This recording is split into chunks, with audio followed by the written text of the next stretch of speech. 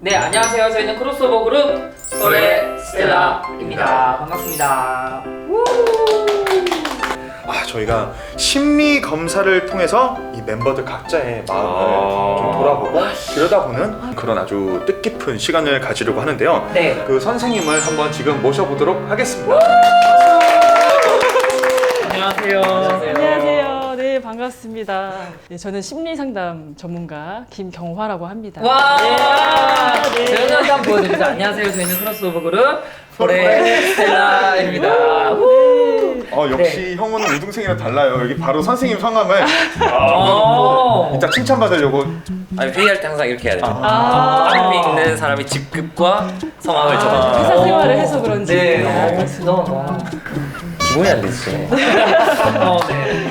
오늘은 간단히 해볼 수 있는 HTP 검사라는 거를 좀 해볼 건데요. 옆에 질문지가 하나 있어요. 한 그림당 질문지 한 장 각자 적어주신 다음에 기다려주시면 돼요. 이제 첫 번째 그림을 그려볼게요. 집을 그려보세요.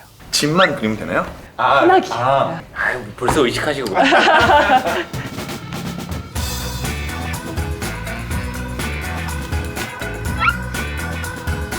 하나, 둘, 셋. 짠! 와. 서로서로의 와. 그림 보이시나요?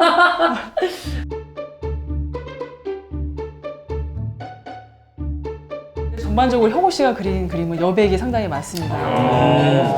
여백의 미를 중요합니다. 아, 그렇군요. 그와 반대로 또 민규 씨가 그린 그림은 대부분 되게 여백이 없고 빽빽한 그런 그림들이 있거든요. 근데 이 여백이라는 거는 우리가 주어진 환경에서 자원을 얼마나 활용하는지와 관련이 되어 있어요. 많이 그릴수록 내가 가진 자원을 최대한 많이 활용하는 것과 관련이 있고 적극적인 면과 되게 비슷하고요. 그에 비해서는 조금 소극적일 수 있는 조심스러운 면, 뭐 신중한 면 이런 것들이 좀 반영되어 있다고 볼 수 있을 것 같아요. 그래서 형호 씨 그림은 딱 어떤 상태인지 잘 와닿지 않는 비밀스러운 면이 좀 있어 보여요. 미스틱. 예. 처음에 팀 결성됐을 때 형우를 마음을 처음에 모르겠어. 어떻게 돼야 될지 되게 어려웠어요. 맨 처음에. 전 형이 충격적이었어요. 또 특징적으로 볼 거는 이제 그림자나 음영과 관련된 부분이에요.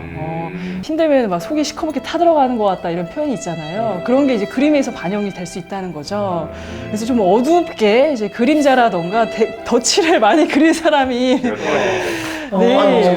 옥상인데 그림자가 있어요. 이게 선이 굉장히 많죠. 근데 그래서 좀 그림을 좀 그려본 적이 있으신지 좀 궁금했어요. 우림이 친형이 미술 전공이에요. 네, 맞아요. 오, 미술가요. 그렇군요. 빛이 이렇게 가는 방향을 생각을 해가지고 그냥 그런 식으로 생각을. 그림자는 보통 우리가 좀 약간 우울하거나 좀 이런 면이 있을 때 반영된다고 보는데 그림 실력으로 인해서 되게 잘 표현이 됐을 수도 있으니까. 근데 우림 씨의 그림의 경우에는 피랍이 되게 다양하죠. 진한 면도 있고 희미한 면도 있어요.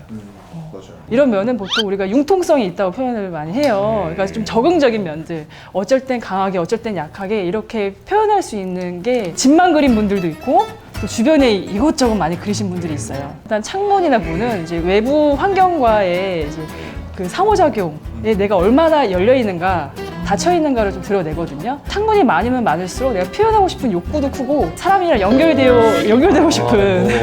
아이고야. 많이 소통해.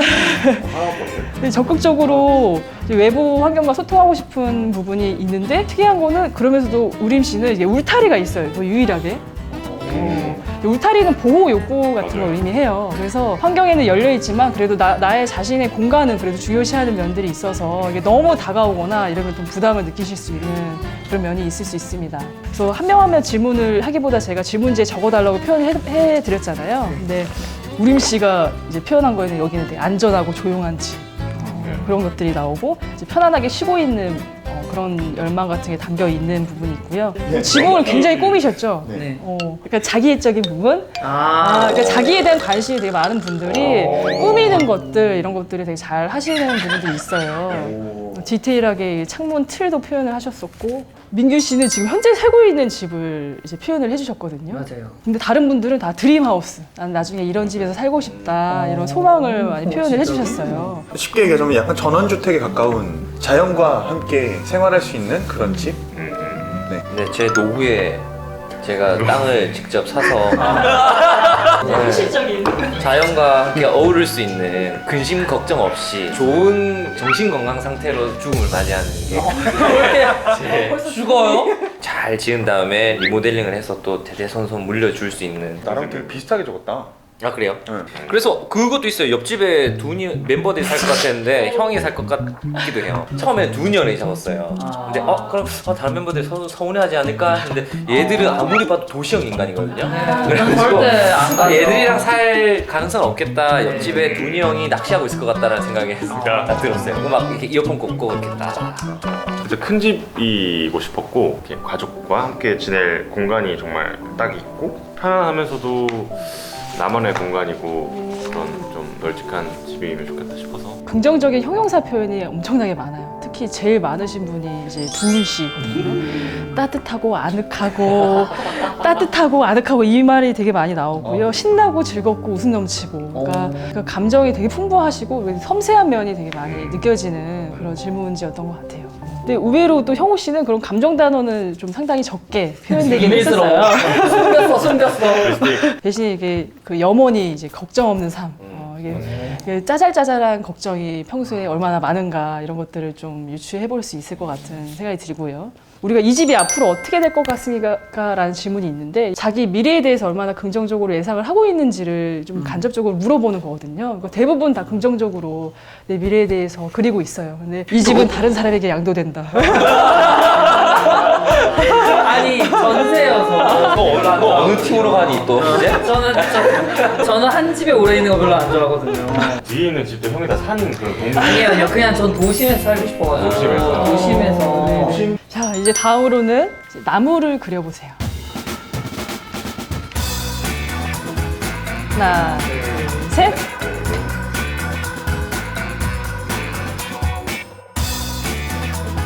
다 다르죠. 뭐야? 아유 뭔데요? 이제 형우 씨 그림은 굉장히 여백이 많고 진짜. 너무 심플하고. 극극 아닌가요? 아주 비교가 확실한. 둘이 정말 사이가 안 좋을 것 같아요. 야 너랑 안 맞다. 잘 맞는 거지 서로를 채워주니까. 그런 거였나? 그렇지. 또 마찬가지로 음영이 상당히 많고요. 이건 근데 그림자의 음영이라기보다는 그냥 어두운 음영인 것 같은 느낌인데요. 이거 깨알은 걸 들어가는 게.